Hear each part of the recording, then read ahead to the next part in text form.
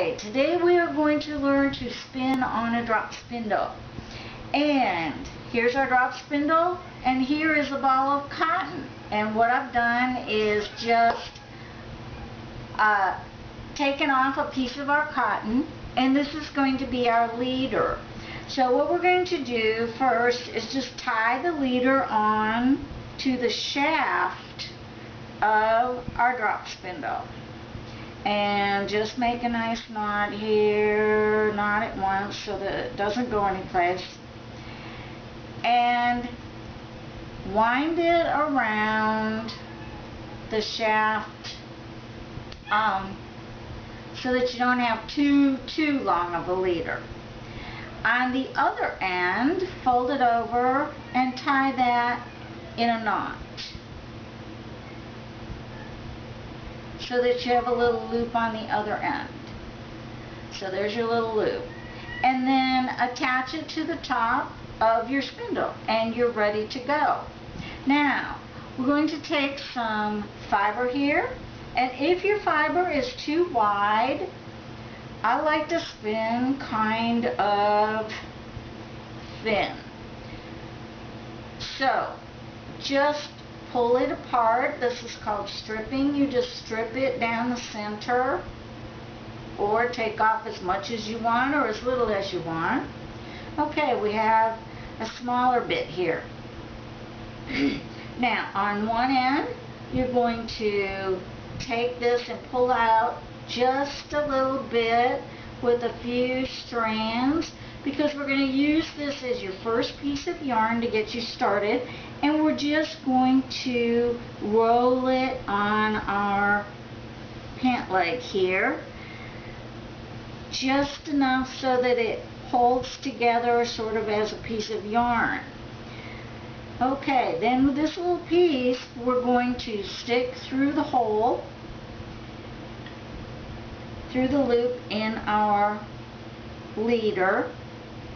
And now we're just going to turn the spindle. And you will notice we're keeping it between our legs because it is called a drop spindle for a reason, and we don't want it dropping on the floor when we first start, at least not a whole bunch of times. And we're just going to twist it now. There's a lot of twist going into the top of this yarn. What we're going to do now is hold it with our non-drafting hand. See, we still got a little bit here. And draft out just a little bit more of what we want. And slowly move our fingers up so that all this twist we've built up goes up into some more of the fiber. And we can just keep doing this and doing this and doing this until we need a little more twist. So now we need some more twist. And we just twist it, twist it, twist it, twist it, twist it. We can just keep doing this forever and building up more twist in the top. Then again, we slowly pull back on the fiber so we get as many fiber hairs as we want, and let the twist go up. Now you've got a pretty long piece here, so what we want to do now is take your leader off of the top of your spindle, put your spindle a little bit sideways, and just wind on what you have spun, because now you've got yarn. It's there. Okay, leave a little bit so that you have room to come up and hook it on the top of your spindle again. Put it back between your knees and twist, twist, twist, twist, twist, and build up another bunch of twist here at the top. Okay, twist, twist, twist, twist, twist and shout, twist and shout. Okay, here we go. Then again, we're going to pull back on our fiber so that we get it to about the width that we want, and slowly let that twist go up into the yarn. And again, we're going to twist, twist, twist, twist, twist, and make sure we have plenty of twist in there. and then do just a little bit more. Oh, there's a lot of nice twists going in there. A lot of nice twists. There we go. Okay. Twist just a little bit more to make sure you've got plenty of twist in, and if you relax it, you'll see that you've got a good twist in there, but there's not too much that's just loose. There's still some here that's pretty loose and still looks like just fiber hanging in there. So you might want to put just a little more twist in, not a lot, just a little more. And then again, release it from the top of your spindle, turn your spindle sideways, and roll it on. So now you've got 2 bits of yarn. Leave enough so that you can attach it to the top again and do the same thing. You're just going to continue doing a little bit of twist. And then holding that twist, pulling out your fiber a little bit, and sliding your finger up so that you can use all that great twist that you just stored up. Okay, we're running out of twist here, so we'll just twist some more. Now, this seems like a long, hard slug here, just to get this little bit of yarn, if we're going to keep the spindle between our legs. It's just a little cumbersome, but this way you can get your first yarn spun without worrying about dropping the spindle. Okay, we've got enough where we can take it off, wind it around, put it back on the hook. Now, let's say you're a little more adventurous. You're about ready.